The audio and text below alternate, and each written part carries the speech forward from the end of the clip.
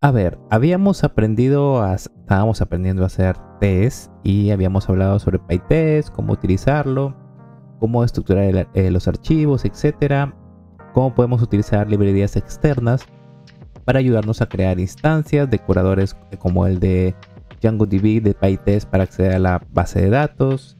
Habíamos visto también Django Dynamic Feature, cómo crear, por ejemplo, y para qué sirve el archivo const.test.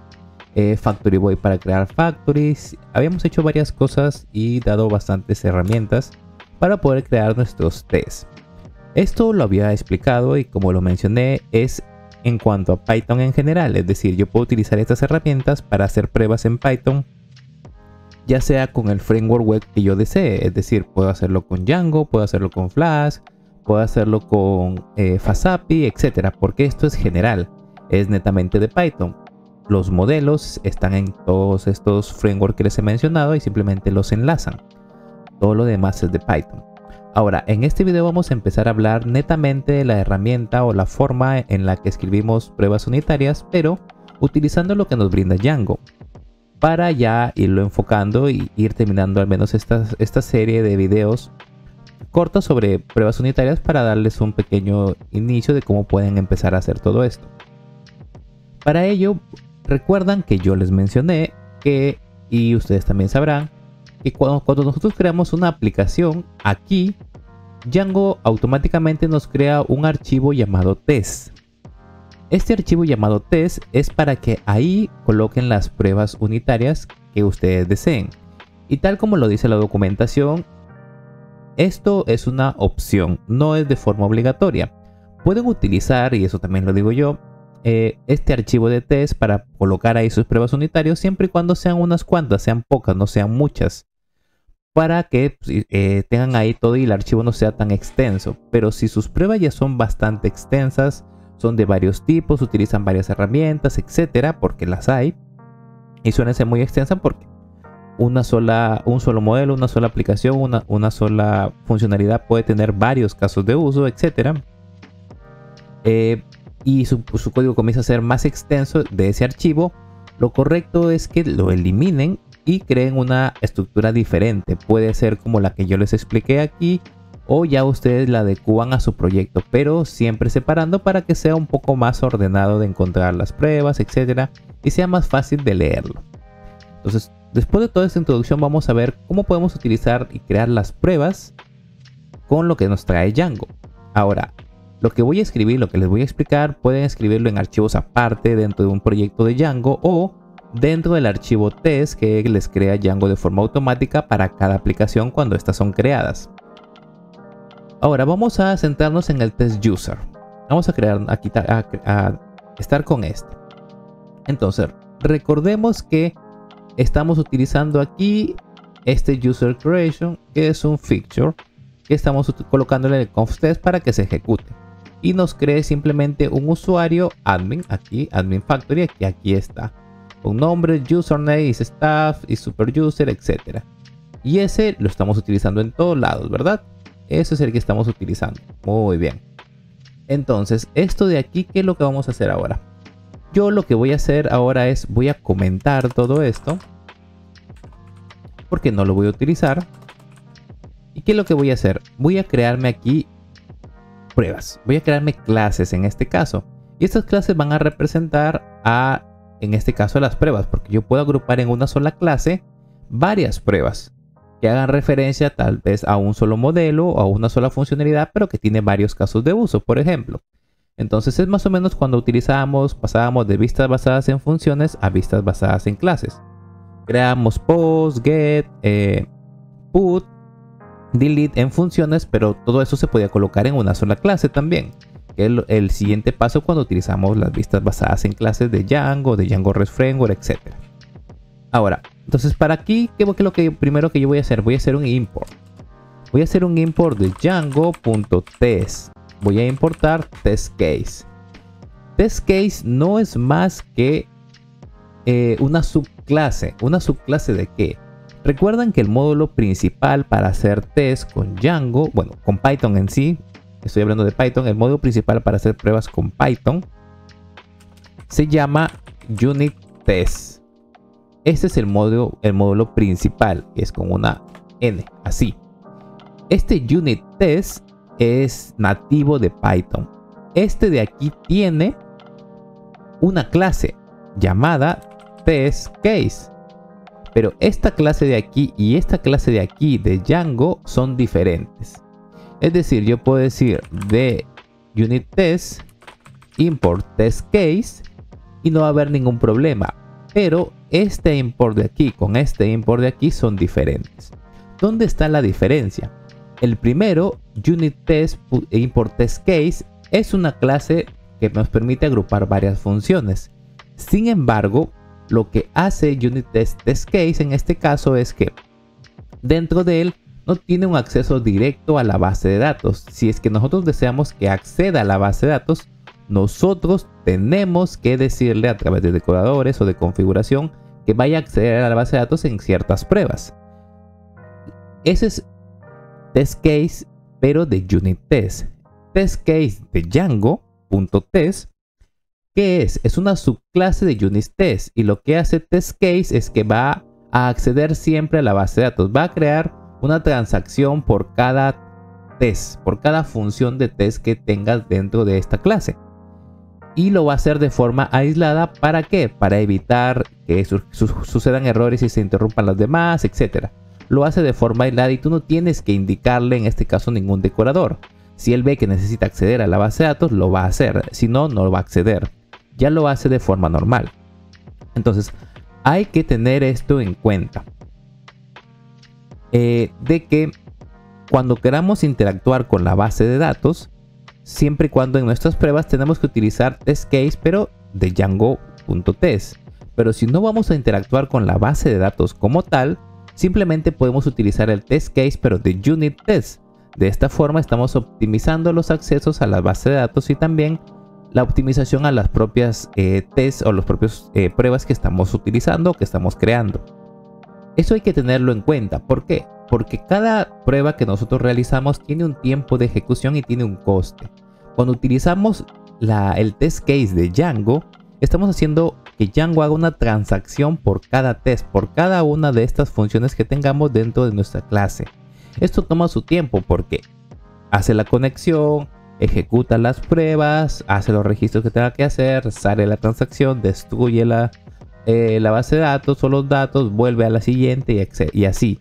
Pero si no es necesario, ¿para qué vamos a hacer que Django haga toda esta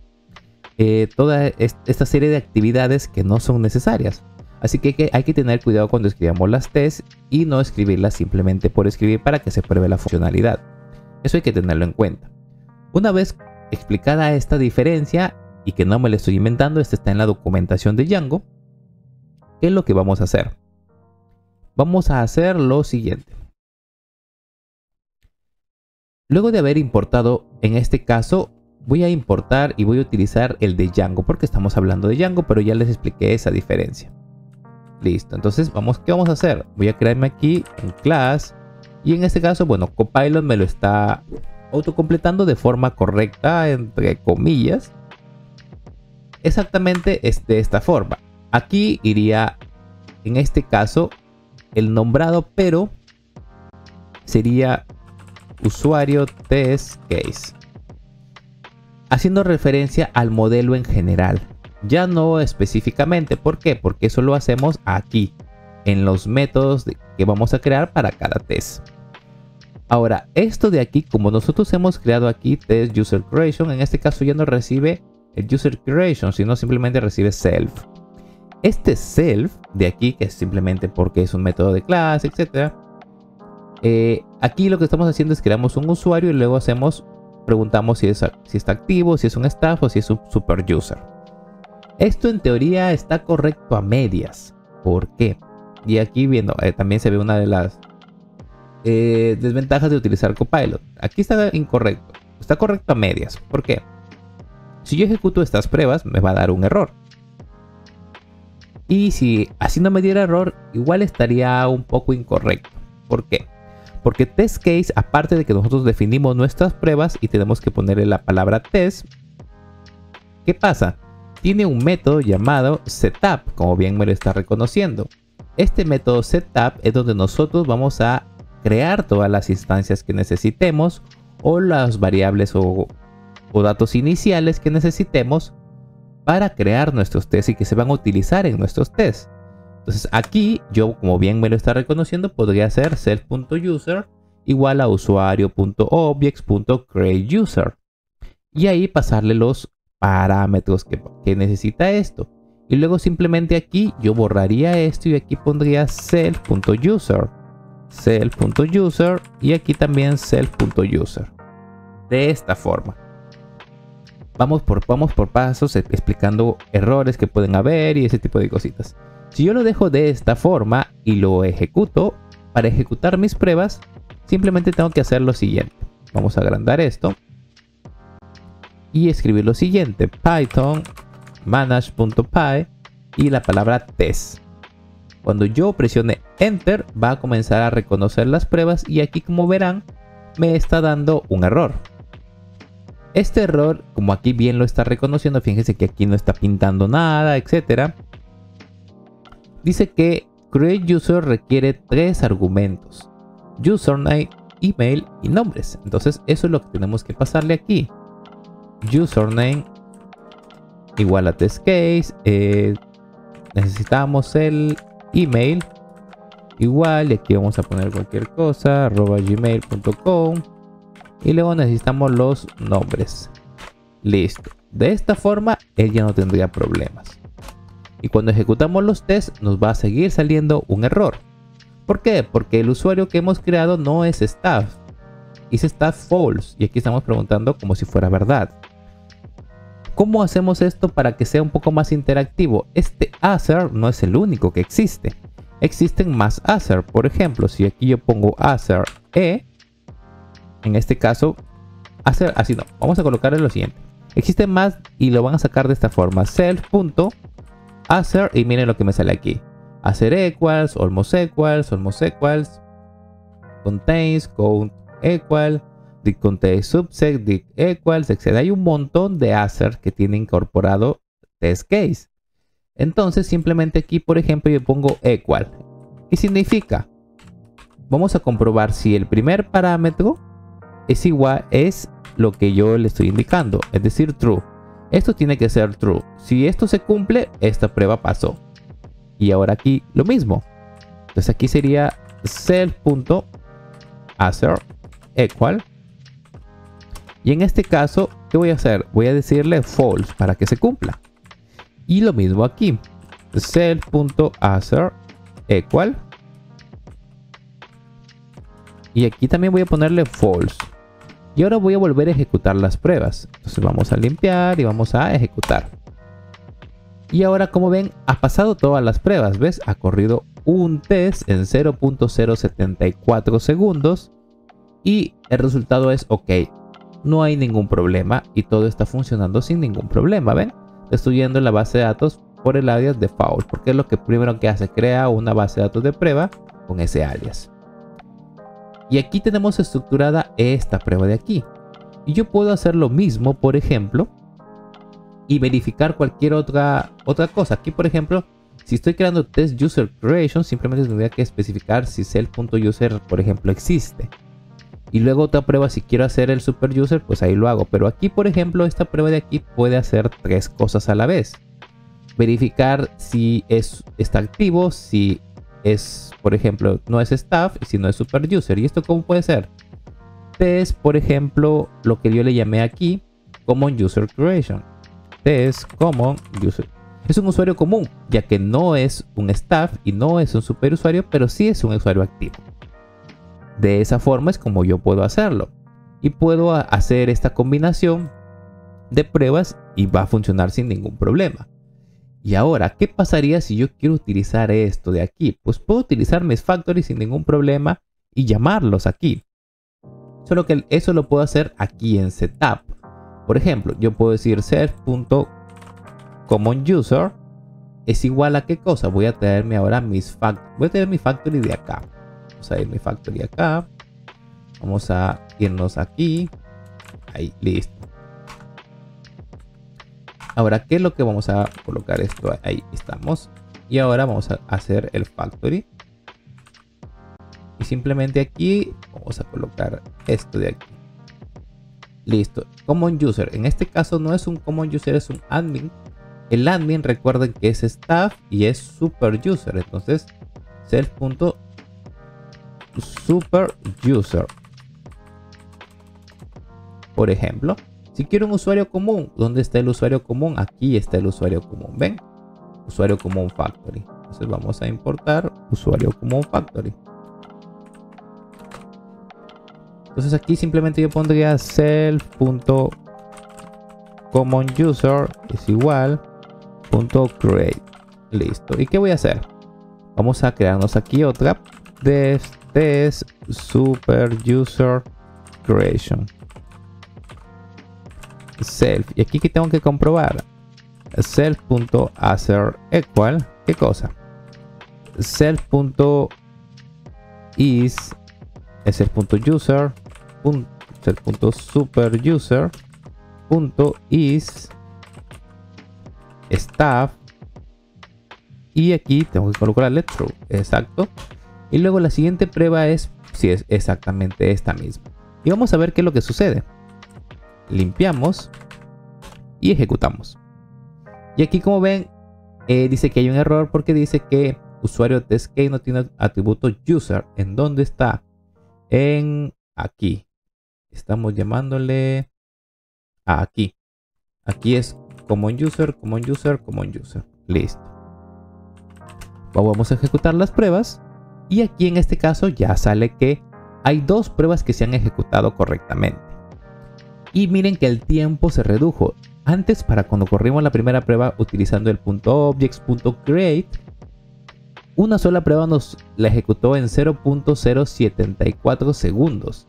Ahora he ejecutado dos pruebas, estamos utilizando Factory Void y ha corrido las dos pruebas en 0.001 segundo.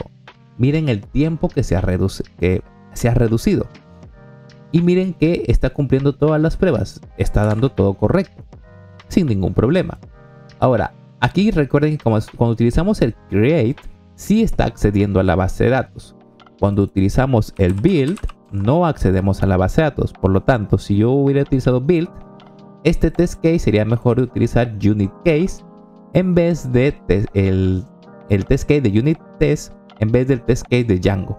Pero como yo utilicé create, sí estoy accediendo a la base de datos. Eso lo enviamos cuando. Eso lo explicamos cuando en el video cuando utilizamos Factory Void, cuando se los expliqué. Pero ven la forma como vamos agrupando las pruebas de esta forma. Y ven lo bueno de utilizar librerías de terceros, etcétera, para optimizar la creación de las instancias. Ven que el tiempo se ha reducido y colocar correctamente dónde debe ir cada cosa.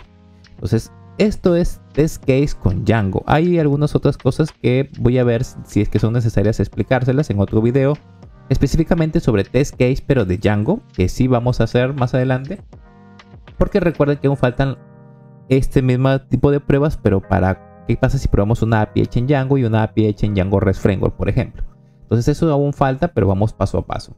Si tienen alguna pregunta la pueden dejar por redes sociales, aquí abajo en los comentarios, etcétera.